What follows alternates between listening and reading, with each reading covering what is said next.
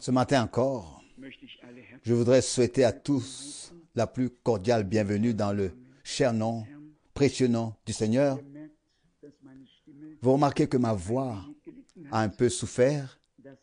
Cela s'est produit hier, sur le toit, lorsque le vent vif a séché la sueur malgré le soleil.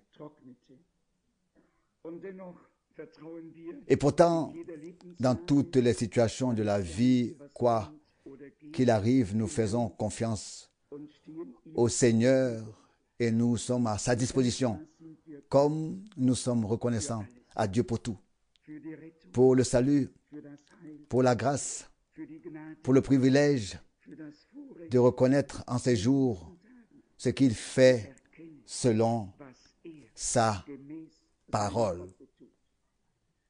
Pas ce que font les hommes, pas ce que font les évangélistes, mais ce que Dieu fait maintenant, lui-même. Aujourd'hui, nous avons un jour très spécial, le jour de la Pentecôte, un souvenir de ce qui s'est passé là. Ce n'est pas arrivé une seule fois, mais toujours et encore une fois, cela est arrivé lorsque les gens sont devenus vraiment croyants. Ils ont fait les mêmes expériences qu'au commencement. Et je pense que nous allons profiter de cette matinée pour lire le plus grand nombre possible de passages bibliques afin de dissiper les derniers doutes et d'obtenir des éclaircissements sur ce qu'est réellement le baptême de l'Esprit. Comment est-ce qu'on peut l'expérimenter et quels sont les impacts, les conséquences, les effets de cette expérience. Ceux qui sont croyants depuis longtemps savent combien d'interprétations et d'opinions différentes existent à ce sujet. Mais je crois pouvoir dire qu'en ce lieu, nous ne défendons ni nos propres opinions, ni celles des autres. Ici, nous laissons Dieu s'exprimer.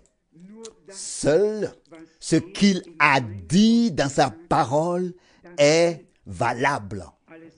Tout le reste passe à côté de lui. Seul ce qui vient de lui nous ramène à lui.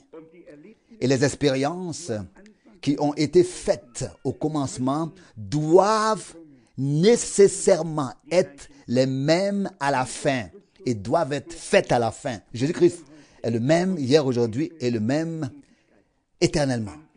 Rien ne peut changer dans ce que Dieu a fait et fait. Je voudrais juste m'arrêter un instant sur le psaume qui nous a été lu. Il n'a pas été lu jusqu'au bout. Il est dit, ou peut-être que ça a été lu jusqu'à la fin, mais dans tous les cas, le verset 3 dit, psaume 123, « Aie pitié Seigneur, aie pitié de nous » Psaume 123, verset 3, « Car nous sommes rassasiés de mépris. » Nous sommes rassasiés, oui, rassasiés de l'âme, de la moquerie des insouciants, du mépris des orgueilleux. Nous aimerions être méprisés pour l'amour du Seigneur, mais nous aimerions vivre les bénédictions de Dieu dans ce mépris. Nous aimerions marcher sur un chemin escarpé et épineux, mais nous aimerions que le Seigneur nous accompagne sur ce chemin. Nous voulons être sûrs que la direction est la bonne, que l'enseignement est le bon, et que comme nous l'avons entendu si clairement hier soir, aussi que notre vie soit mise en harmonie avec Dieu. Quelle belle comparaison, si je peux encore l'évoquer brièvement, hier soir dans la prédication de Frère Branham. Un mouton est un mouton. Il n'y peut rien. Et voici le mystère, le secret. Il dit, et c'est vrai, un mouton se nettoie tout seul. Celui qui a déjà tendu des moutons ou qui les a regardés, comme je l'ai fait à plusieurs reprises, plus on va loin dans la laine jusqu'à la peau, plus elle devient claire, plus elle est pure. Il faut que vous voyez ça. La laine est de plus en plus pure et claire quand on s'approche de la peau. Nous avons déjà tendu des moutons ici. C'était un plaisir de regarder la peau, comme si elle venait de prendre un bain. Il y avait peut-être encore un peu de saleté à l'extérieur, la saleté de l'étable, la saleté du quotidien, la poussière et tout ce qui va avec. Mais quand on arrivait jusqu'à la peau, c'est comme si elle venait de naître, toute pure, toute douce pour moi. C'était quelque chose de magnifique quand je l'ai entendu hier soir dans la comparaison. Nous pouvons être jetés dans l'étable. Nous pouvons nous être souillés quelque part à l'extérieur. Mais je vous le dis, si vous allez jusqu'au bout, si vous persévérez jusqu'au bout, vous constaterez que nous avons été lavés plus blancs que la neige. Il peut y avoir des taches et des rides à l'extérieur. Mais tout au fond, la chose est propre. Quand vos péchés seraient rouges de sang, ils deviendront blancs de neige, comme la neige. Et quand ils seraient comme l'écarlate, ils seraient comme la laine. C'est écrit dans les Saintes Écritures. Et la même chose, c'est ce que nous avons entendu à propos de la colombe. Personne n'a besoin de prendre un bain ou de s'en occuper, de donner un bain à une colombe ou bien de s'en occuper. Cela se fait de l'intérieur, pas vers l'extérieur. Dieu y a veillé. Puissions-nous, en ces jours, sous l'écoute de la proclamation de la parole, faire de telles expériences avec Dieu, que notre nature soit en accord avec la nature de l'Esprit, soit semblable à la nature de l'Esprit, que nous devenions participants de la nature divine, que notre nature soit celle même de Jésus-Christ lui-même. Nous l'avons clairement entendu. Vous les reconnaîtrez à leurs fruits. Et c'est à cause du fait qu'à notre époque, il y a tant de charisme, de charismatiques, tant de choses qui sont attribuées à l'Esprit de Dieu, bien qu'on l'aille dans les directions les plus diverses, dans les directions les plus diverses. Les vrais croyants ont eu aussi pris un peu peur. Et ils se demandent, oui, c'est vrai ou bien c'est pas vrai? Est-ce que c'est réel ou pas? Est-elle provoquée par l'homme? Est-ce que l'atmosphère est-elle créée artificiellement ou est-ce que c'est l'Esprit de Dieu qui est vraiment à l'œuvre? Il y a plusieurs questions. Je voudrais déjà anticiper un peu et lire l'épître aux Corinthiens pour vous montrer que là où un autre évangile est annoncé, aussi un autre esprit est à l'œuvre, mais que là où le véritable et authentique évangile est annoncé, seul le véritable et authentique esprit de Dieu peut être à l'œuvre. D'une même source, il ne peut pas à la fois sortir de l'eau douce et amère. Toute fausse proclamation provient en effet d'une fausse inspiration. Et cette fausse inspiration provient déjà d'une toute autre source. Ainsi, là où le véritable évangile est annoncé, comme il était dans le christianisme primitif, là, l'Esprit de Dieu est à l'œuvre.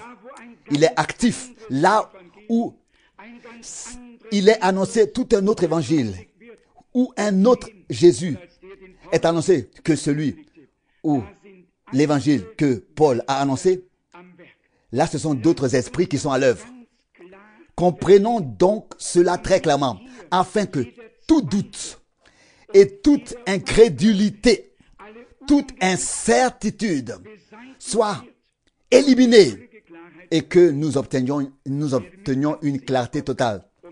C'est à dessein que je vais lire et parler lentement, même pour des raisons de traduction. Mais laissez, s'il vous plaît, la parole pénétrer profondément dans votre âme.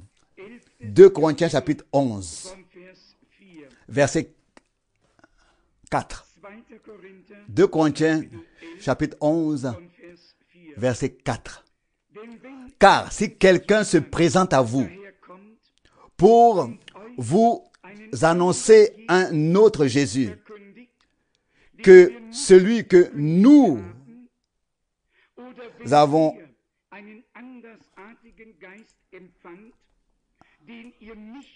annoncé, ou si vous recevez un autre esprit que celui que vous avez reçu, ou un autre message de salut que celui que vous avez reçu, vous le supportez fort bien.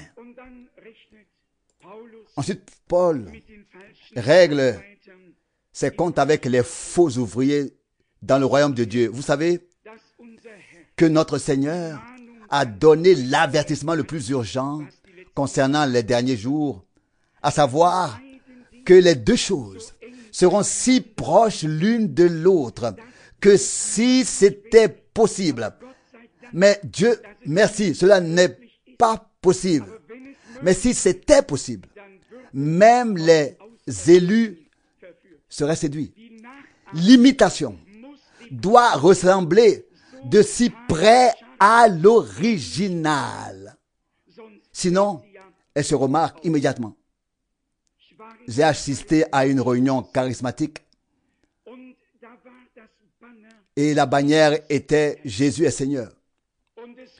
Et ça sonne très bien. Le slogan, quand on le lit, ça fait de l'effet. Mais ce n'est pas ce que dit la Bible. Dans la Bible, il est écrit quiconque qui confesse que Jésus-Christ est le Seigneur. Pas seulement Seigneur, mais celui qui peut dire par l'Esprit que Jésus-Christ est le Seigneur. S'il est le Seigneur, alors il est Dieu. S'il est Dieu, alors il est le Seigneur. Savons-nous de quoi il s'agit ici? Qui ne dit pas aujourd'hui Jésus est Seigneur, Jésus est Seigneur? Pour nous, il n'est pas seulement Seigneur. Il est le Seigneur qui a créé le ciel et la terre. Il est Dieu, révélé sous forme humaine. Nous sommes reconnaissants de cette vérité. Je vais vous lire à ce sujet la parole tirée de Romains 9, afin que vous sachiez quel Jésus Paul annonçait. Romains chapitre 9, nous lisons ici à partir du verset 4. Ils sont israélites après tout, ayant reçu la position de fils et la gloire de Dieu, les alliances et la loi, le service divin, les promesses, à qui appartiennent les patriarches et de qui est issu Christ, le Messie selon la chair, qui est Dieu au-dessus de tous, loué éternellement. Amen. Ça, c'est le Jésus de la Bible. Emmanuel, Dieu avec nous. En lui a habité corporellement toute la plénitude de la divinité. Je lis à ce sujet dans 1 Jean, chapitre 5, le verset 20. Mais nous savons que le Fils de Dieu est venu et qu'il nous a donné l'intelligence afin que nous connaissions le véritable. Et nous sommes dans le véritable, dans son Fils, Jésus-Christ. Celui-ci est le vrai Dieu et la vie éternelle, le Dieu véritable et la vie éternelle. Remarquez maintenant ce qui préoccupait Paul lorsqu'il devait écrire, et plus précisément aux Corinthiens, qui avaient d'abord été tellement bénis par l'Esprit et qui possédaient tous les dons de l'Esprit. Il n'y avait pas d'autre église à cette époque où Paul aurait écrit sur les dons de l'Esprit comme il l'a fait à l'église de Corinthe, en particulier au chapitre 12 et au chapitre 14. Et il doit constater plus tard qu'une déviation a eu lieu dans une direction. Et il donne alors cet avertissement. Si quelqu'un se présente à vous pour vous annoncer un autre Jésus, comment nos frères annonçaient-ils Jésus au commencement? Ils savaient qu'il était Dieu lui-même manifesté sous forme humaine. Ils l'ont entendu dire, celui qui m'a vu a vu le Père. Il le connaissait. Il connaissait ces passages bibliques et il le savait sur la base de la révélation. Car notre Seigneur dit, ou a dit, et dit encore aujourd'hui, Père, je te rends grâce. Je te remercie de ce que, je te loue de ce que tu as caché ces choses aux sages et aux intelligents. Mais tu l'as révélé aux tout petits. Pour que nous puissions continuer tout de suite, veillez, retenir dans votre mémoire et dans votre cœur que là où un autre Jésus est annoncé comme une autre personne, comme n'étant pas le vrai Dieu, le Dieu véritable, une autre personne, un autre Jésus, on a un autre évangile. Et là, il y a un autre esprit qui est à l'œuvre. Mais si le même Jésus, le même évangile, si toutes les choses sont prêchées exactement comme elles l'ont été au commencement, alors vous ne devez pas craindre qu'un autre esprit soit à l'œuvre. Là où il y a le sang de l'agneau, l'Esprit de Dieu et la parole de Dieu, il n'y a pas de place pour un autre esprit. C'est là que l'Esprit de Dieu au Père agit au milieu de ceux qui ont confiance au Seigneur. J'espère que cela nous aidera à nous débarrasser de nos doutes et à nous donner à Dieu, à nous consacrer, à nous ouvrir pour pouvoir être ensuite baptisés d'esprit et de feu.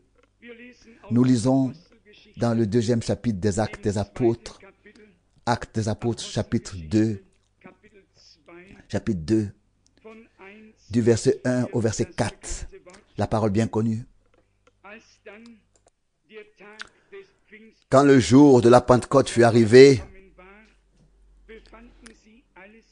ils étaient tous ensemble dans un même lieu.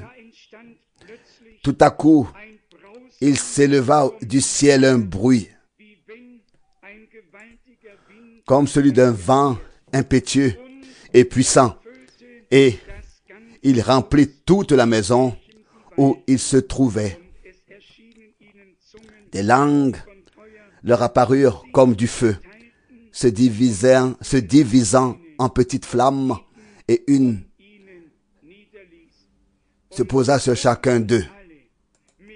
Ils furent tous remplis du Saint-Esprit et se mirent à parler en d'autres langues selon que l'Esprit leur donnait de s'exprimer. Nous constatons que l'Esprit de Dieu était ici à l'œuvre. Aucun homme n'a aidé, personne n'a secoué la tête de l'autre en disant « Parle, parle, parle ». Non, ces vases vides, ces croyants en attente, étaient ouverts devant Dieu, dans l'attente de recevoir ce que le Seigneur avait promis. Ils ont réellement reçu quelque chose, effectivement, à savoir le Saint-Esprit. Le Saint-Esprit est une substance divine. Ce n'est pas une idée, c'est la vie divine.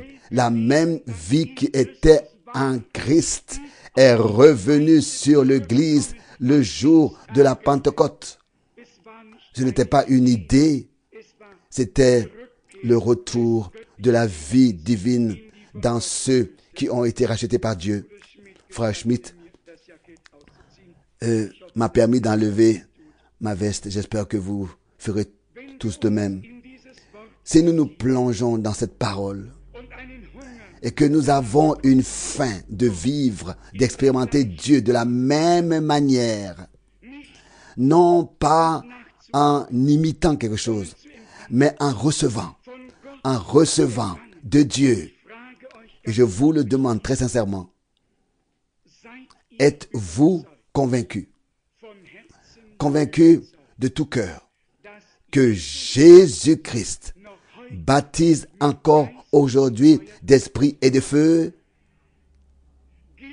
Est-ce encore vrai aujourd'hui, valable aujourd'hui? Est-il toujours le même aujourd'hui? Il doit être le même. Il ne peut pas changer.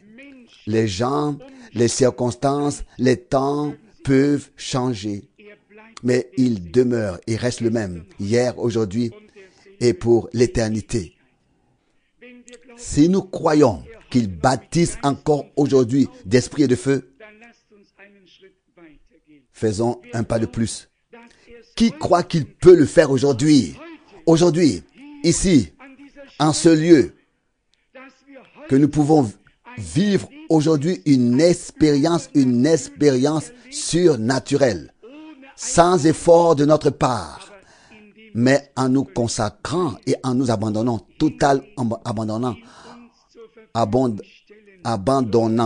totalement à Dieu, en nous mettant à sa disposition afin qu'il puisse faire avec nous ce qui lui plaît.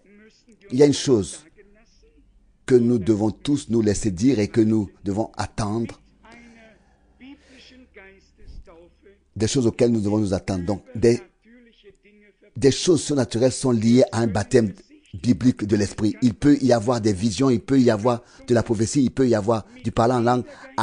Avec chaque baptême de l'esprit est lié un processus surnaturel. Un processus que tu ne provoques pas, mais auquel tu participes, car tu te mets à disposition de l'Esprit de Dieu. Et il entre en toi pour pouvoir ensuite se manifester en toi et à travers toi. C'est ce qui nous est dit et montré ici. Il est dit, il leur apparut des langues. Au verset 3, des langues leur apparurent comme du feu se divisant en petites flammes et une se posa sur chacun d'eux. Ils furent tous remplis du Saint-Esprit et se mirent à parler en d'autres langues selon que l'Esprit leur donnait de s'exprimer. Ce qui a été dit se faisait par la bouche des croyants. Dieu avait touché la langue des croyants avec le feu de l'Esprit, l'avait purifié et avait donné ensuite l'onction à ce feu pour pouvoir ensuite proclamer les grandes œuvres de Dieu.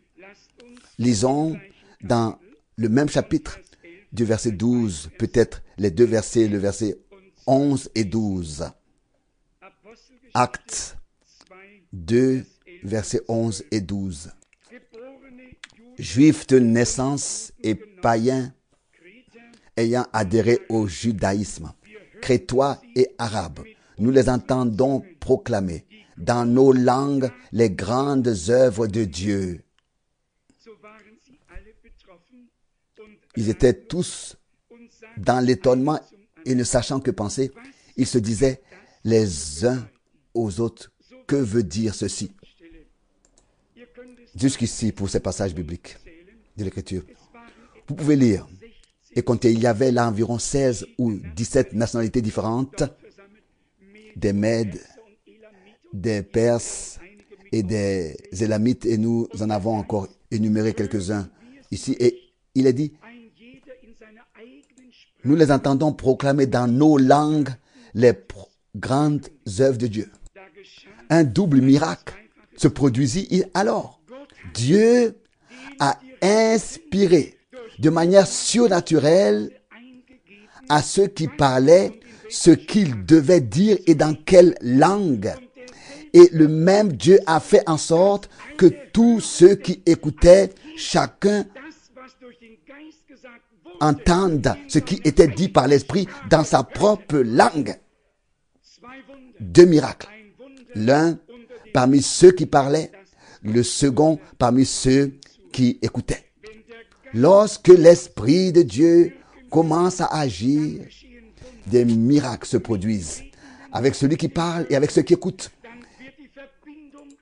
C'est alors que le lien se tisse entre celui qui parle et ceux qui écoutent.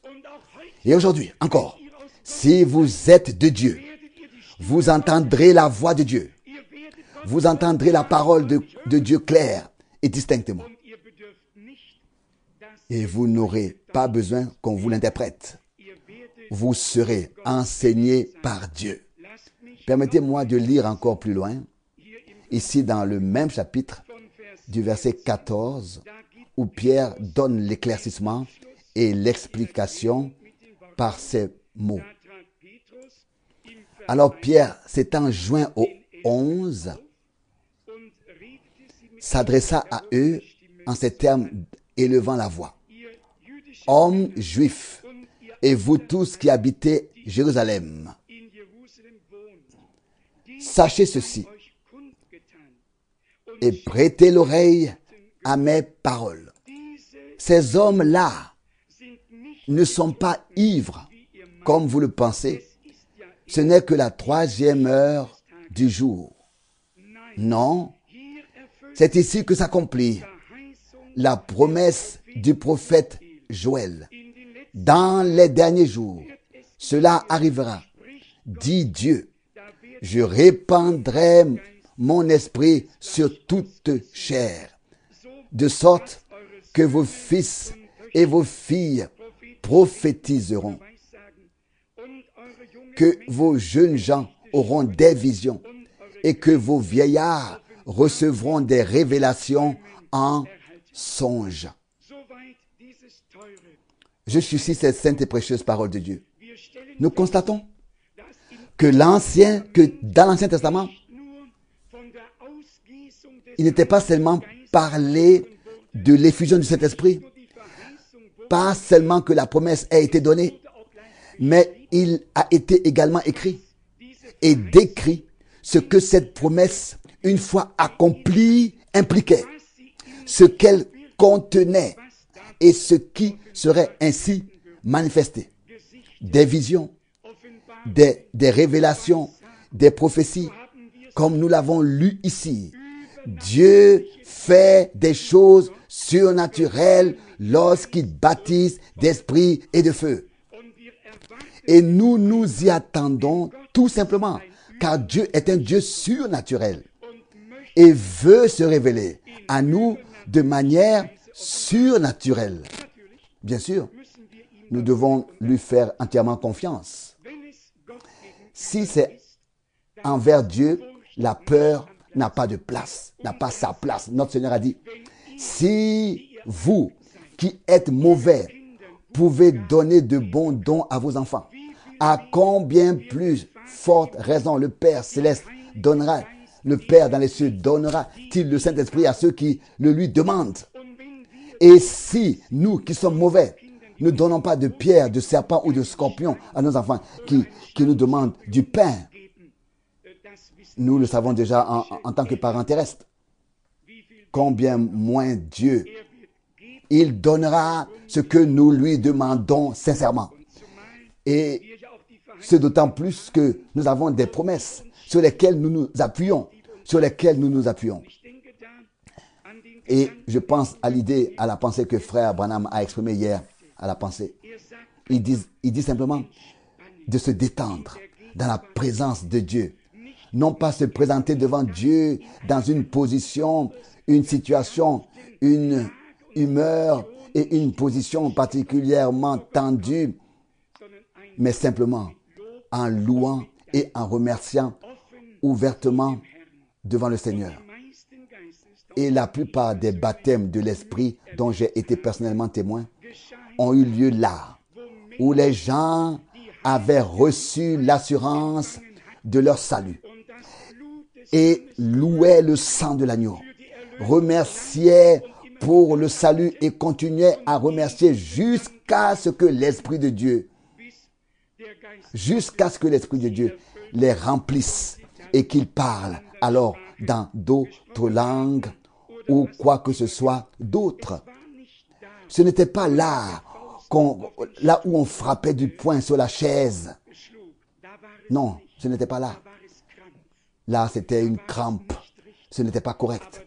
Mais là où complètement détendu, on vivait la rédemption. On recevait la certitude du salut. Et je ne sais pas si cette question est appropriée parmi nous. Mais cela m'intéresserait de savoir si nous connaissons tous un jour dans notre vie où nous avons prié jusqu'à la certitude du salut, où ce n'est pas quelqu'un qui t'a dit, mais l'Esprit de Dieu qui a témoigné à ton esprit que tu es devenu un enfant de Dieu. Qui a fait l'expérience de la joie, de la rédemption, que tu as poussé des cris de joie, que tu as exulté, que tu as même adoré de tout ton cœur, sans aucun doute, sans aucun effort. Bien-aimés, croyez-moi, nous devons expérimenter Dieu en toutes choses, le vivre personnellement, comme nos frères et sœurs l'ont vécu au commencement. J'ai encore cette lettre sur mon bureau. Une chère sœur présente ici aujourd'hui a écrit avec un certain chagrin intérieur, frère Franck. Qu'est-ce que les nombreux sermons que nous avons entendus et lus ont réellement pu faire pour nous, ont réellement pu opérer en nous? Qu'est-ce qu'ils ont pu opérer en nous? Et je me pose la même question. Qu'est-ce que la parole de Dieu a pu faire pour nous, a pu faire en nous, a pu produire en nous? Tout ce que nous entendons. Puisse-t-il y avoir aujourd'hui un jour comme celui que Pierre a vécu dans la maison de Corneille, où les gens deviennent croyants, sont justifiés, reçoivent le pardon, ont la certitude du salut et sont tellement pénétrés que même le Saint-Esprit pourrait tomber et nous remplir tous. S'il vous plaît, mettez de côté toute incrédulité, toute incertitude, tout doute. Ne regardez pas ou ne pensez pas aux choses qui ont été mal faites et mal gérées, mais croyez de tout cœur que Dieu est capable de réparer tout dommage et de donner ce dont nous avons besoin aujourd'hui. Le Seigneur est le même. Il baptise d'esprit et de feu. Dans l'esprit et le feu. J'ai vu des centaines de personnes se faire baptiser par l'esprit il y a des années. Lorsque le temps est venu de traduire et de porter le message, donc l'accent a naturellement été mis sur la prédication. Mais je veux dire que nous croyons que la prédication doit être équilibrée, qu'elle doit tout inclure, qu'elle ne peut que rien ne peut manquer, qu'elle ne peut manquer de rien. Car imaginez-vous qu'il arrive que le Seigneur revienne et que je doive accepter, recevoir le reproche de votre part, que nous n'étions pas préparés, pas prêts, et que nous n'avons pas assisté à l'achèvement. Nous n'avons pas pris part à l'achèvement, pas assisté. Alors, non seulement tout l'engagement aurait été vain, nous aurions alors connu la plus grande déception de notre vie. Et ça, je ne peux pas me le permettre. Vous, mais vous non plus. Vous avez entendu la parole dans sa pureté et sa clarté. C'est vraiment à nous tous maintenant de nous mettre ainsi en présence de Dieu, sans aucun doute, en laissant vraiment tout derrière nous et en ne regardant plus que la croix et le crucifié. Et comme je l'ai dit tout à l'heure, nous obtenons le plus rapidement le lien là où Dieu l'a établi avec nous, l'a rétabli avec nous, c'est-à-dire par la croix de Golgotha, par le sang versé de l'agneau. Lorsque le sang a été versé, Dieu s'est réconcilié avec l'humanité. C'est alors que Dieu a apporté la paix à ceux qui étaient proches et la paix à ceux qui étaient loin.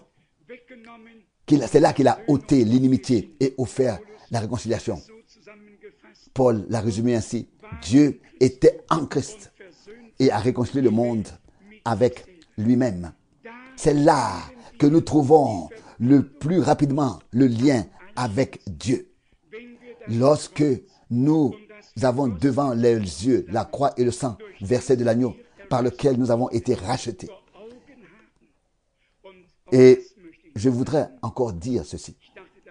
J'ai pensé à cela lorsque frère Branham a fait les comparaisons et qu'il a d'abord vu et condamné tous les autres dans ce restaurant, comme il se doit. Et soudain, il a eu une vision. Soudain, il a vu quelque chose comme un brouillard et il s'est vu dans cette vision faire tant de choses qui n'étaient pas justes devant Dieu. Et cela lui vint à l'esprit. Je t'ai pardonné toutes ces choses et tu veux les leur imputer. Remarquez-vous que Dieu lui-même peut montrer à un prophète qu'il était lui aussi à côté de la plaque, qu'il a lui aussi fait des choses qui ne plaisaient pas à Dieu et qu'il est lui aussi devenu coupable comme tous les autres. Qu'a fait Isaïe lorsqu'il a été placé en présence de Dieu? Il a pourtant crié, n'est-ce pas, de toutes ses forces. Seigneur, je suis un homme aux lèvres impures. J'habite au milieu d'un peuple aux lèvres impures. Et ce n'est qu'alors qu'un des chérubins prit sans doute le charbon de l'autel et toucha ses lèvres. Souvenons-nous que nous sommes tous coupables. Mais pas seulement. Souvenons-nous et croyons de tout cœur que la lettre de condamnation a été déchirée, effacée et déchirée, et que notre dette à tous a été placée sur l'agneau de Dieu. Voici l'agneau de Dieu qui enlève les péchés du monde, qui ôte le péché du monde. Ésaïe 53. Il a fait retomber sur lui la culpabilité de tous et le châtiment de nous tous. Il a porté nos maladies. Il a pris sur lui nos douleurs. Il s'est chargé du péché et de tout. C'est pourquoi il avait l'air si défiguré. Avez-vous déjà vu des malades, de vrais malades, vraiment malades, comme leur apparence peut être défigurée par la maladie, Quand il est dit de notre Seigneur en Ésaïe 53 qu'il n'avait ni forme ni beauté pour que nous puissions le regarder. Non, ils se sont voilés la face devant lui. Ainsi son aspect ne ressemblait plus à celui des enfants des hommes. Qu'est-il écrit où? Est-il écrit dans les Proverbes ou dans le Cantique des Cantiques? Le plus beau entre des milliers, aucun aussi beau que toi, aussi charmant. Mais sur le chemin de Golgotha, sur ce chemin où devait suivre la crucifixion, la culpabilité du monde entier, le péché de tous les pécheurs, les maladies de tous les malades étaient déposées sur lui. Nous pouvons imaginer alors son apparence. À quoi est-ce qu'il a ressemblé? Il a porté tout. Cela pour l'amour de nous, par amour pour nous. Bien-aimé, la rédemption lui a coûté quelque chose. Ce n'est pas avec de l'or ou de l'argent, mais avec le sang coûteux, le sang précieux de l'agneau que nous avons été rachetés.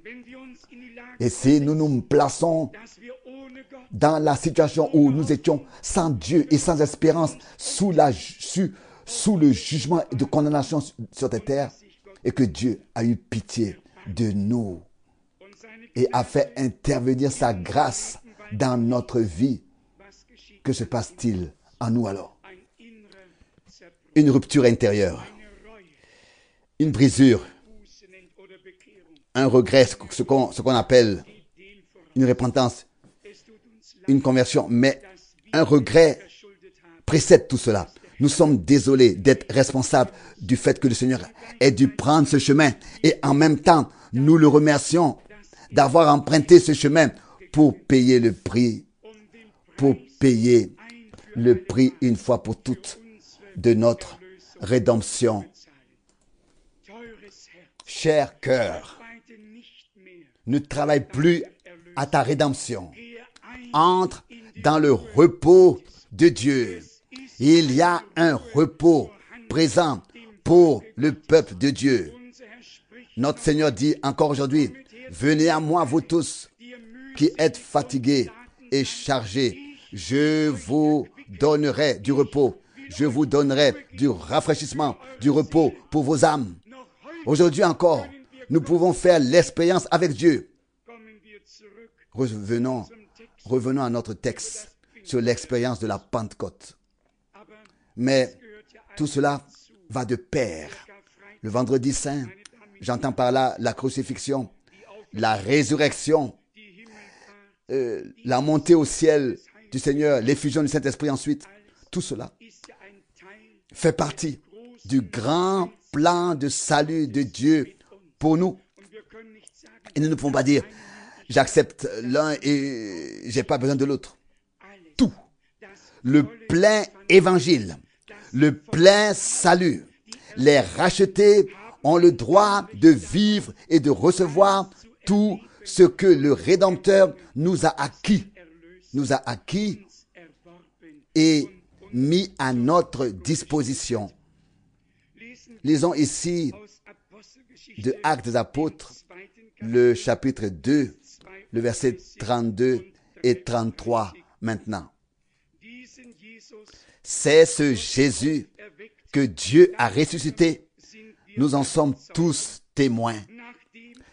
Ayant donc été élevé par la droite de Dieu et ayant reçu du Père le Saint-Esprit promis, il l'a maintenant, comme vous le voyez et l'entendez, vous-même répandu ici.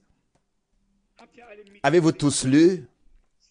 Voyez d'abord la manifestation de Dieu dans le Fils, dans la chair, sous forme humaine, et ensuite la manifestation de Dieu dans le Saint-Esprit. Et Jésus est celui qui a reçu le Saint-Esprit ici dans son corps de chair, sur lequel il est resté. Je vais vous le lire.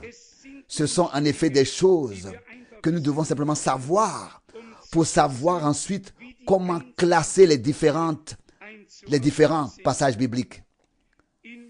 Dans Matthieu chapitre 3,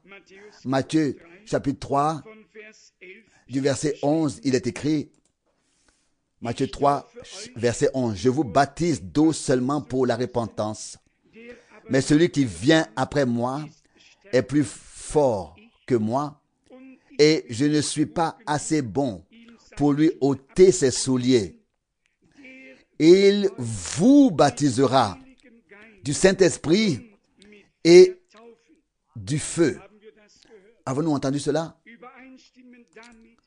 De même, lorsque Jésus a accompli l'œuvre de la rédemption, qu'il a enseigné ses disciples pendant 40 jours, qu'il les a bénis en levant les mains, et que pendant qu'il les bénissait, il a été élevé au ciel.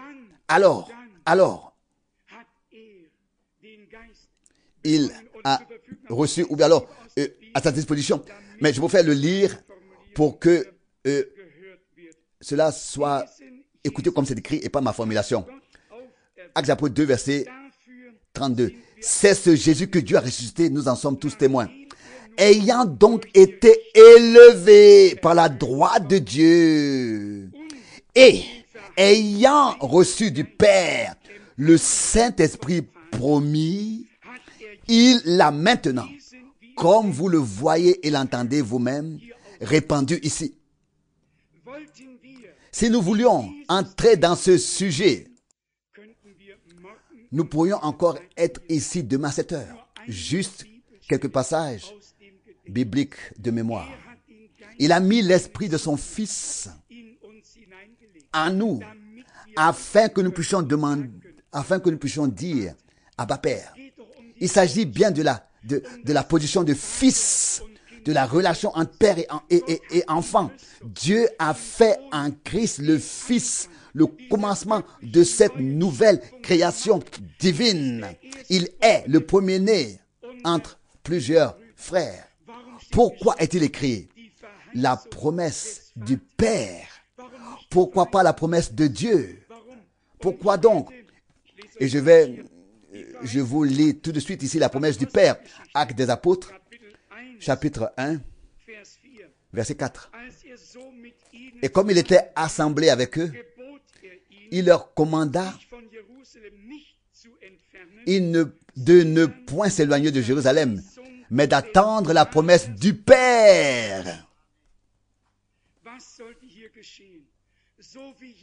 Que devait-il se passer ici? De même que Jésus, dans la chair, en tant que Fils de Dieu, a reçu l'Esprit après avoir été baptisé, et qu'il parla en tant que Fils de Dieu, premier-né entre plusieurs frères. Il nous appartient d'accomplir toute justice. Après que Jean l'eut baptisé, les cieux s'ouvrirent et l'Esprit descendit sous la forme d'une colombe. Et de quoi s'agissait-il? Celui-ci est mon Fils bien-aimé, en qui j'ai mis toute mon affection. Regardez, aux yeux de Dieu, avant même la fondation du monde, Dieu nous a choisis et élus en Christ et nous a prédestinés à devenir nous aussi des fils et des filles de Dieu. Maintenant, lui, en tant que fils, il devait recevoir l'Esprit pour ensuite le transmettre à tous les fils et les filles de Dieu. Nous sommes devenus des fils et des filles de Dieu par la foi en Jésus-Christ notre Seigneur. Beaucoup reçoivent une onction, mais ce Saint-Esprit-là, que les enfants de Dieu la reçoivent, il conduit dans toute la vérité. Ce n'est pas seulement une onction, mais c'est l'Esprit de vérité qui conduit dans toute la vérité tous ceux qui sont nés de lui. Continuons à lire Matthieu 3, à partir du verset 13. Matthieu 3, verset 13. Pour que vous sachiez que c'est ainsi que c'est écrit et que cela s'est passé ainsi aussi. Matthieu 3, verset 13. En ce temps-là, Jésus vint de Galilée au Jourdain vers Jean pour être baptisé par lui. Mais celui-ci ne voulut pas lui obéir et dit, « C'est moi qui ai besoin d'être baptisé par toi, et tu viens à moi. » Mais Jésus lui répondit, « Qu'il en soit ainsi pour cette fois, car il nous appartient d'accomplir toute justice. » Alors Jean lui céda. Or, lorsque Jésus eut été baptisé et qu'il fut sorti de l'eau, voici que les cieux s'ouvrirent à lui et il vit l'Esprit de Dieu descendre comme une colombe et venir sur lui. Et voici qu'une voix retentit dans les cieux. Celui-ci est mon Fils bien-aimé, en qui j'ai trouvé tout mon bon plaisir. Comprenons-nous de quoi il s'agit? Nous l'avons déjà souligné et relevé à plusieurs reprises en ce lieu. En Jésus-Christ, Dieu a fait le début, le commencement d'une nouvelle création spirituelle. Il est le deuxième Adam. Et de même que dans le premier Adam, tous meurent, c'est en Christ que tous ceux qui croient en lui de tout leur cœur sont rendus vivants. Et c'est par la nouvelle naissance que nous naissons dans la race divine. L'Écriture dit, puisque nous sommes donc de race divine, nous ne sommes pas seulement une race humaine. Si nous sommes nés de nouveau, nous participons ainsi à la nature divine. Nous sommes la race divine, roi et sacrificateur de notre Dieu et Père. Car c'est à cela que nous avons été destinés. Et de la même manière que Jésus a emprunté le chemin de l'obéissance jusqu'à la mort sur la croix, afin d'annuler la première désobéissance qui a eu lieu dans le jardin d'Éden, il a été obéissant jusqu'à la mort sur la croix. Le chemin de l'obéissance et le chemin de la foi sont aussi ton chemin et le mien. Il n'y a pas de chemin de foi sans obéissance et pas de chemin d'obéissance sans foi. Il faut faire le lien entre ces deux choses. Abraham a cru Dieu et il a obéi. Dieu, il fit ce que Dieu lui avait ordonné. Prends ton fils unique, celui que tu aimes, et offre-le en sacrifice dans le lieu que je t'indiquerai. Jésus a obéi. Et lorsqu'il a été baptisé, le ciel s'est ouvert. Et voici que l'Esprit descendit sur lui pour revendiquer le corps terrestre. Car les Écritures disent, il fut trouvé semblable à nous. Donc, comme nous, il mangeait et buvait, il était fatigué, il s'affaiblissait, il dormait. Il était homme parmi les hommes. Extérieurement, il était homme. À l'intérieur, il était Dieu. Il était Dieu manifesté sous forme humaine. Mais nous devons voir cela très très clairement. L'enveloppe était une enveloppe humaine. Et maintenant, l'Esprit est venu revendiquer ce corps.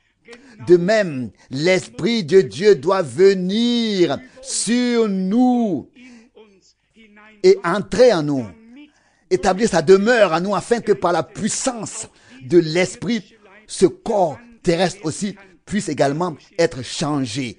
Car c'est bien ce qui est écrit. Si la puissance de celui qui a ressuscité Jésus dans les morts habite dans vos corps mortels, il sera eux aussi, nos corps mortels, rendus à la vie, changés. Il est absolument nécessaire pour participer au changement de notre corps et à l'enlèvement que nous expérimentions le même baptême de l'Esprit que celui vécu alors par les croyants au commencement. Si ce n'était pas le cas, ou si ce n'était pas le cas aujourd'hui, alors nous resterions à la traîne. Nous ne serions pas enlevés. Le mot est peut-être très dur et quelqu'un pourrait dire, est-ce encore une bonne nouvelle? La bonne nouvelle, le message joyeux n'est pas constitué de vérité partielle que nous mettons ainsi de côté et que nous considérons comme juste pour les autres ou bien certains. Point. Non, le plein évangile est constitué de tout ce qui en fait partie. Et s'il s'agit de vérités isolées, elles doivent toutes être intégrées et vécues et expérimentées dans le concept global de Dieu et de l'Église. Il n'y a pas d'autre moyen. J'ai lu un traité d'un pasteur évangéliste sur le baptême biblique et il a pris au hasard la parole de l'épître aux Corinthiens où Paul a écrit « Le Seigneur ne m'a pas envoyé pour baptiser et je suis heureux de n'avoir baptisé personne d'autre qu'un tel et un tel. » Là, il énumère, je crois, 2 ou 3 personnes. Et l'homme a pris cette phrase pour prouver l'insignifiance d'un tel baptême biblique, d'un même baptême, du baptême d'eau donc. Mais au lieu de prendre tous les autres passages sur ce sujet, on en choisit un, peut-être même le meurtrier sur la croix, qui n'a pas pu se faire baptiser parce qu'il n'en avait pas eu l'occasion. Et c'est exactement la même chose en ce qui concerne, n'est-ce pas, le thème du baptême de l'Esprit. Il y a des gens qui choisissent des passages qui n'ont pas grand chose à faire qui n'ont pas grand chose à voir avec le sujet lui-même. Et ils écrivent et parlent à côté de Dieu. Non, nous sommes reconnaissants au Seigneur de n'avoir à rendre compte à aucune institution, à aucune dénomination, mais de pouvoir annoncer librement et ouvertement l'ensemble du conseil de salut de notre Dieu tel qu'il a été annoncé dans le christianisme primitif. Et le baptême de l'Esprit en fait également partie. Que vous me croyez ou non, si l'Esprit n'était pas venu sur cette enveloppe que nous connaissons comme Jésus-Christ, sur ce corps humain, aucune résurrection n'aurait pu avoir lieu. La revendication de l'Esprit devait se faire sur le corps. Il ne s'agit pas de l'âme. Ton âme est sauvée par Golgotha. Nous ne parlons pas maintenant du salut de l'âme. Le sang a ainsi déjà fait le travail. Comprenez-vous cela? S'il s'agit du pardon, le pardon n'est pas dans le baptême du Saint-Esprit. Il n'est pas non plus dans le baptême d'eau. Le pardon des péchés se trouve dans le sang de l'agneau. Avons-nous compris cela? Le pardon, la rédemption, la réconciliation, le salut, la grâce, tout cela nous a été donné par le sang de l'agneau. Mais ensuite, il faut aller plus loin. Dans un premier temps, le passé est réglé, d'accord? Le registre des péchés est effacé, la reconnaissance de dette est déchirée. Mais maintenant, l'Esprit de Dieu commence à renouveler notre vie, à accomplir la nouvelle naissance, à opérer la nouvelle naissance en nous. Et puis, une fois que cela est fait, la faim monte dans notre âme, d'être rempli ensuite de la puissance d'en haut. De la puissance d'en haut. Et cette puissance d'en haut a en fait de très nombreux domaines. À commencer par le service dans l'Église. Les frères du christianisme primitif ont été revêtus de la puissance d'en haut, dotés de la puissance de l'Esprit, afin de pouvoir poursuivre le ministère de Jésus lui-même. Selon la parole de l'Écriture, les œuvres que j'ai faites, vous les ferez aussi. C'est ce que le Seigneur a dit. Et c'est ce qui devait arriver en soulignant, et c'est ce que Jésus a souligné très clairement et en disant, restez à Jérusalem. En d'autres termes, ne voyagez pas, ne partez nulle part. Simplement, attendez ici à Jérusalem jusqu'à ce que vous soyez revêtus de la puissance d'en haut. Alors, vous serez mes témoins à Jérusalem, en Judée, en Samarie et jusqu'aux extrémités de la terre.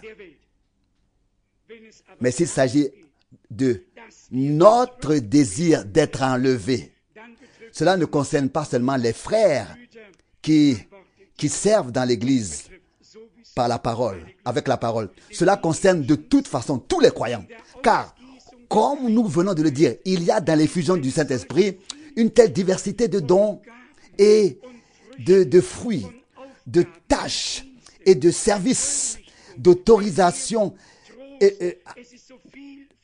d'enseignement et de consolation. Il y a tant de diversité et de variété dans ce que l'Esprit de Dieu produit chez les croyants, qu'il remplit. Mais en ce qui concerne l'enlèvement en participant, en particulier, il y a quelques passages qui sont si clairs que personne ne peut les ignorer ou les interpréter différemment.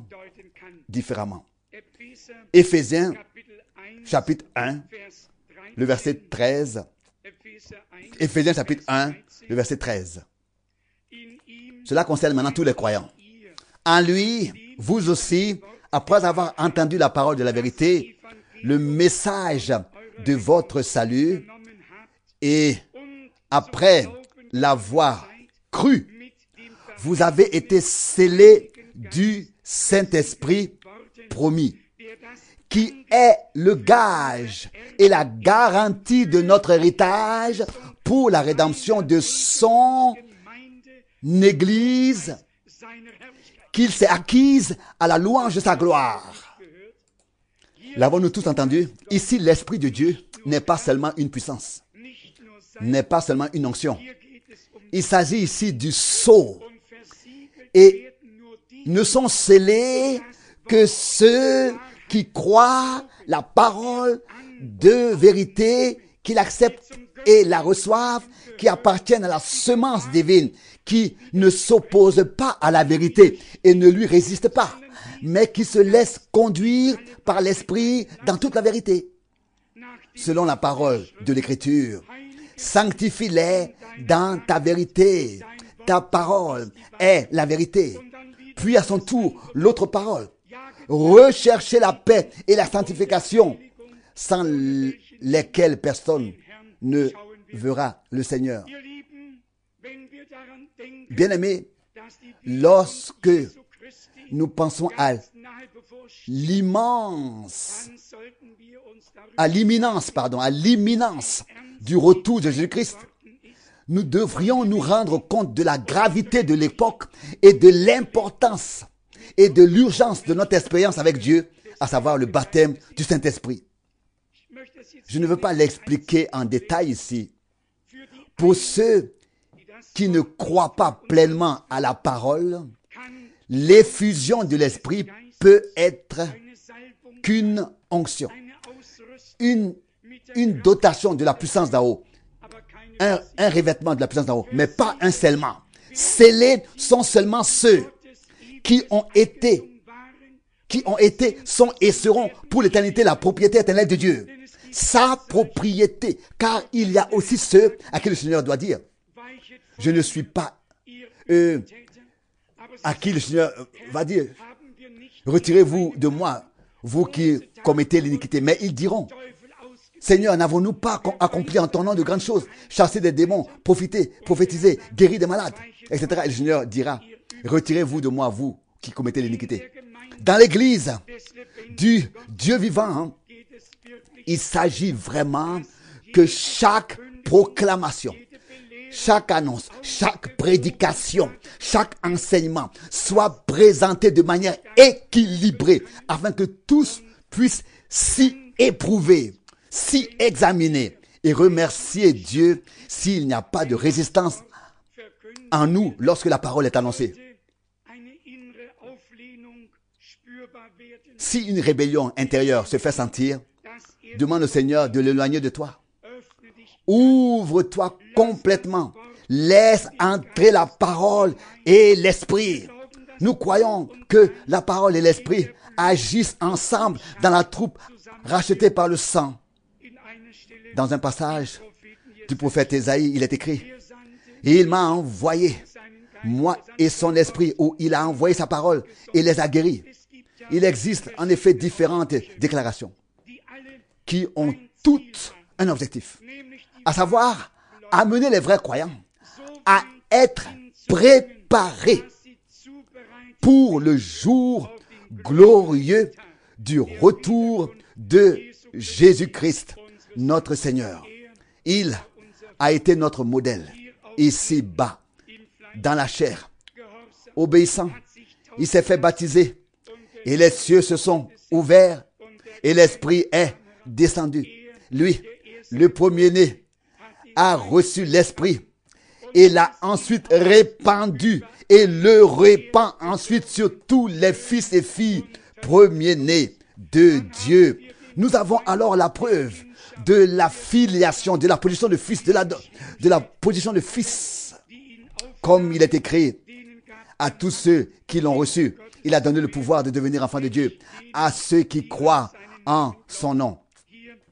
Ici, dans Éphésiens, chapitre 4, il est écrit au verset 30. Éphésiens, chapitre 4, verset 30. Et n'attristez pas le Saint-Esprit de Dieu, par lequel vous avez été scellés pour le jour de la rédemption. Scellés pour le jour de la rédemption. Nous pourrions maintenant passer au chapitre 8 de Romains, où Paul écrit et rapporte que toute la création aspire à être libérée de la corruption. Romains, chapitre 8. Nous lisons d'abord le verset 11. Et si l'esprit, Romains 8, verset 11, et si l'esprit de celui qui a ressuscité Jésus d'entre les morts habite en vous, celui qui a ressuscité Jésus-Christ d'entre les morts donnera aussi la vie à vos corps mortels par son esprit, parce qu'il habite en vous. Ça, c'est la parole de Dieu. Est-ce que nous remarquons comment c'est important et à quel point elle est importante? La parole, je le répète encore une fois, pas seulement de recevoir la vie éternelle. La vie éternelle est accordée à tout homme qui devient croyant de cœur en Jésus-Christ, qui croit de tout son cœur, qui croit de tout son cœur en Jésus-Christ, notre Seigneur. D'après la parole de l'Écriture, Jean 5, verset 24, un passage préféré de frère Branham, laissez-moi vous le lire. Il ne s'agit pas seulement de recevoir la vie éternelle. Jean 5, verset 24. En vérité, je vous le dis, celui qui écoute ma parole et croit à celui qui m'a envoyé a la vie éternelle et il ne vient pas en jugement, mais il est passé de la mort à la vie. Nous obtenons la vie éternelle par la foi en Jésus-Christ, notre Seigneur. Mais il s'agit de bien plus que cela ici. En ce qui concerne l'enlèvement, il ne s'agit pas seulement d'avoir la vie éternelle, mais d'être changé dans notre corps mortel aussi et d'être enlevé. Ce mortel doit revêtir l'immortalité. Ce périssable doit revêtir l'incorruptibilité. Nous ne voulons pas être seulement sauvés. Nous voulons appartenir à l'épouse. Nous voulons faire partie de la première résurrection. Nous voulons être présents lorsque le Seigneur reviendra. Et regardez comme c'est clair. Romain écrit ici. Donc, si l'esprit de celui qui a ressuscité Jésus-Christ d'entre les morts, oui, habite en vous, alors il rendra aussi la vie à vos corps mortels par son esprit, parce qu'il habite en vous. Il est donc très important que nous en fassions l'expérience. Romains 8, verset 19 maintenant. Il est donc important que l'Esprit fasse sa demeure en nous. Maintenant, Romains 8, verset 19. Aussi la création attend-elle avec un ardent désir la manifestation des fils de Dieu. Nous pouvons donc lire tout cela. Je passe ensuite au verset 23. Mais non seulement elle, la création, mais nous aussi qui possédons déjà l'Esprit comme premier don. Vous voyez de quoi il s'agit? Lui, le premier, et nous, les prémices. L'Esprit est le premier don. Le don qui est accordé aux prémices. C'est-à-dire le même esprit que le Fils de Dieu portait en lui. C'est ce même esprit que tous les fils et toutes les filles de Dieu portent en eux. Paul a dit alors dans Éphésiens 5, il y a ici un grand mystère. Je l'attribue au Christ et à l'Église. Chair, la chair de sa chair et les os de ses os. Que sommes-nous? Nous sommes la parole, issue de la parole, l'esprit, issu de l'esprit. Nous sommes devenus un avec Dieu par Jésus-Christ, notre Seigneur. Une seule chose. Il est également écrit ici, la deuxième partie du verset 23. Nous qui possédons déjà l'Esprit comme premier don, nous gémissons de même en nous-mêmes, attendant la manifestation de la stature de Fils, c'est-à-dire la rédemption de notre corps. Notre âme est rachetée, est sauvée, elle ne peut pas vieillir, elle ne peut plus non plus mourir. Nous avons reçu la vie éternelle dans notre âme.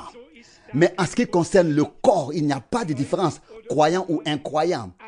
Tous vieillissent, tous deviennent gris, ou bien reçoivent des cheveux blancs, perdent leurs cheveux, on tombe malade, etc. Et un jour, ils doivent tous mourir.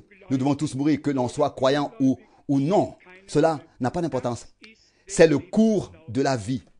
Mais ceux qui nous ont précédés attendent le jour glorieux, le matin glorieux, où Jésus reviendra pour prendre les siens auprès de lui à la maison. Et nous qui vivons maintenant à la fin des temps, qui comptons maintenant sur l'enlèvement, et j'aimerais bien que vous le confirmiez tous. Croyez-vous vraiment que Jésus reviendra dans cette génération? Je le crois. Je le crois.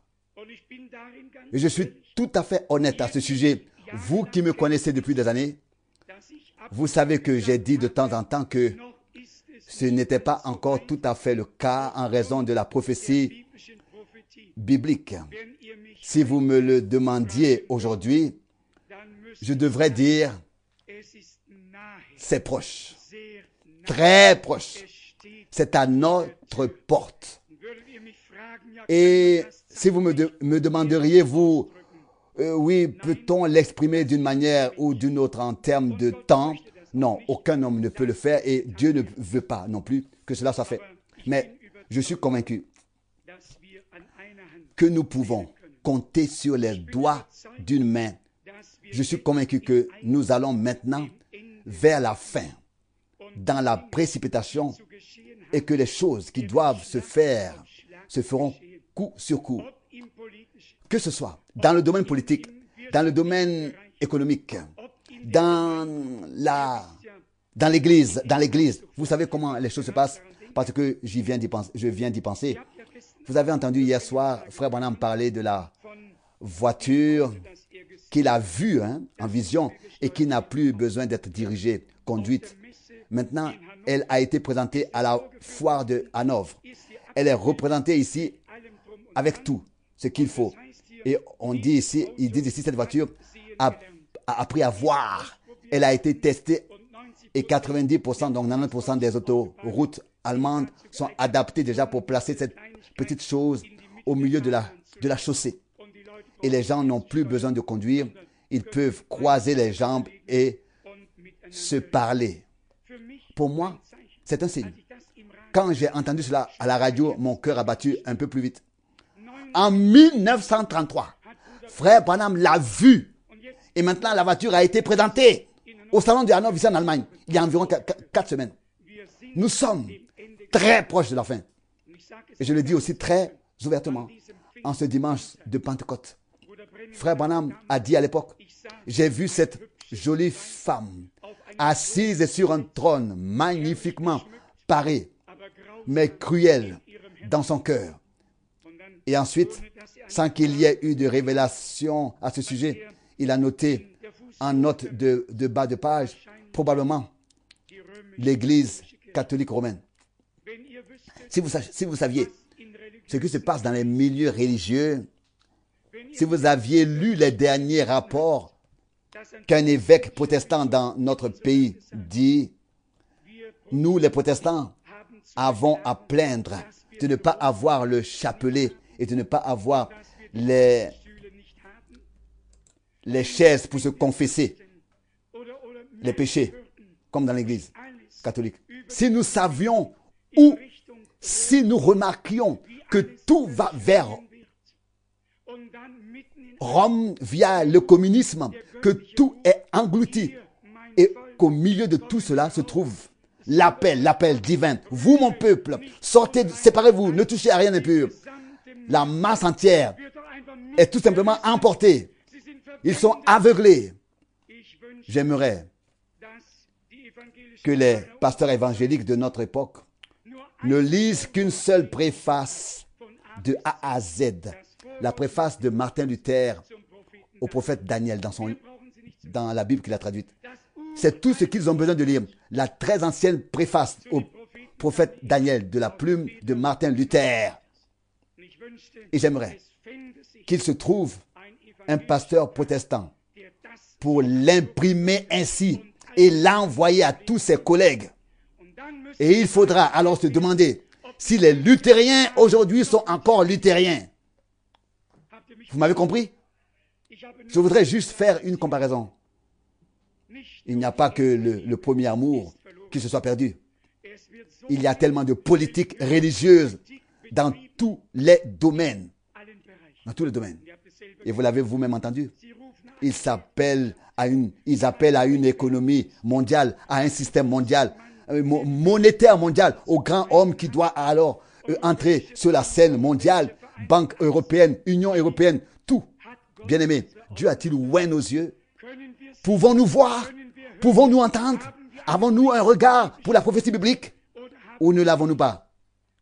Dieu merci, nous l'avons reçu. Mais comme je l'ai dit, nous ne pouvons pas parler de ces choses en ce jour.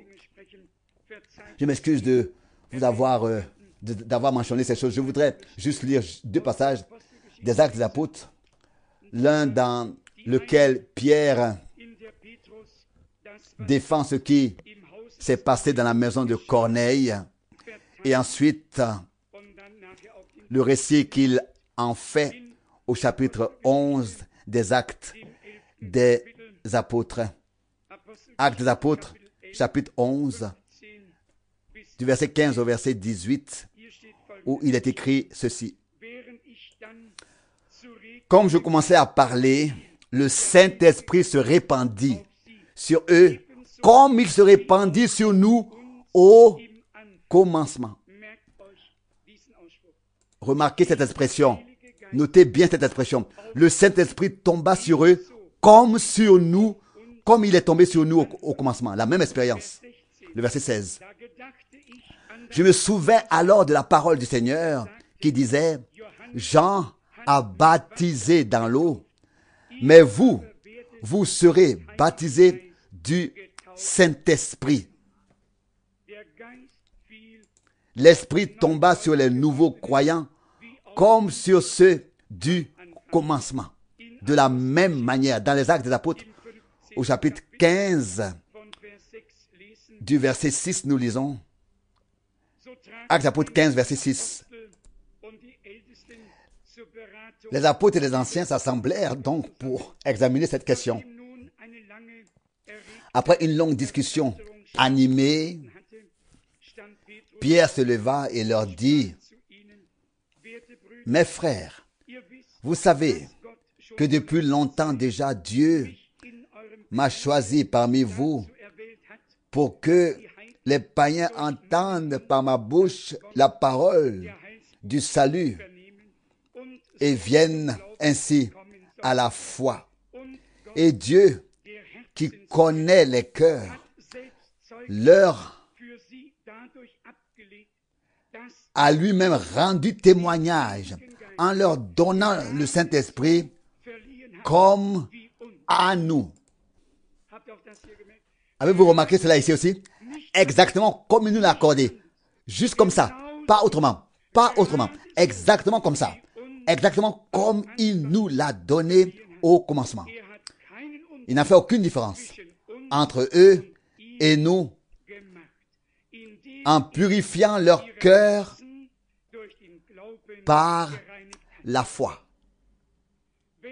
Si Dieu n'a pas fait de distinction, de différence entre les croyants à Jérusalem, ou bien alors de Jérusalem, ou bien dans la salle haute et les nouveaux venus, plus tard, doit-il ou va-t-il faire une différence aujourd'hui? Mais écoutez aussi ce qui est souligné ici. Il a purifié leur cœur par la foi. Acceptons donc par la foi qu'il nous ait purifiés. Pouvez-vous le croire? Et puis vous pouvez encore croire quelque chose. Vous pouvez même croire, comme nous l'avons entendu dans la comparaison, si nous sommes des brebis et le troupeau de son pâturage, que même si quelque chose était devenu sale, une purification continue se produit selon la parole de l'Écriture, que celui qui l'a connu se purifie comme il est lui-même pur.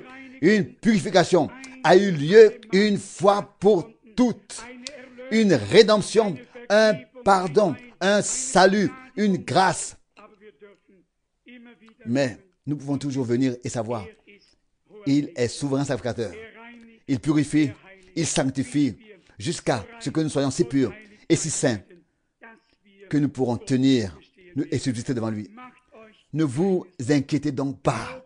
Croyez simplement, comme le disent les Écritures, et en particulier tous ceux qui veulent être baptisés aujourd'hui. Croyez en Jésus-Christ comme votre sauveur personnel. Croyez en lui. Croyez qu'il a pitié, souffert, qu'il a expié, souffert et est mort pour vous là-bas sur la croix. Croyez qu'il vous a aimé, qu'il vous a aussi aimé, qu'il vous a aussi fait grâce et pardonné. Acceptez-le dans la foi en Jésus-Christ. C'est par cette foi que vous êtes justifiés devant Dieu, aux yeux de Dieu. N'essayez pas de vous justifier vous-même. Acceptez de tout cœur la justice divine, puis la justification divine, et dites: Seigneur, je suis coupable, je suis un homme pécheur, et tu es saint. Je ne suis pas digne que tu viennes à moi et que je me rapproche de toi, et que je m'approche de toi. Admettez, reconnaissez que nous sommes ce que la parole de Dieu dit, c'est-à-dire des hommes devenus coupables, nés dans ce monde déjà séparé de Dieu par la transgression, mais ensuite réconciliés avec Dieu en Christ.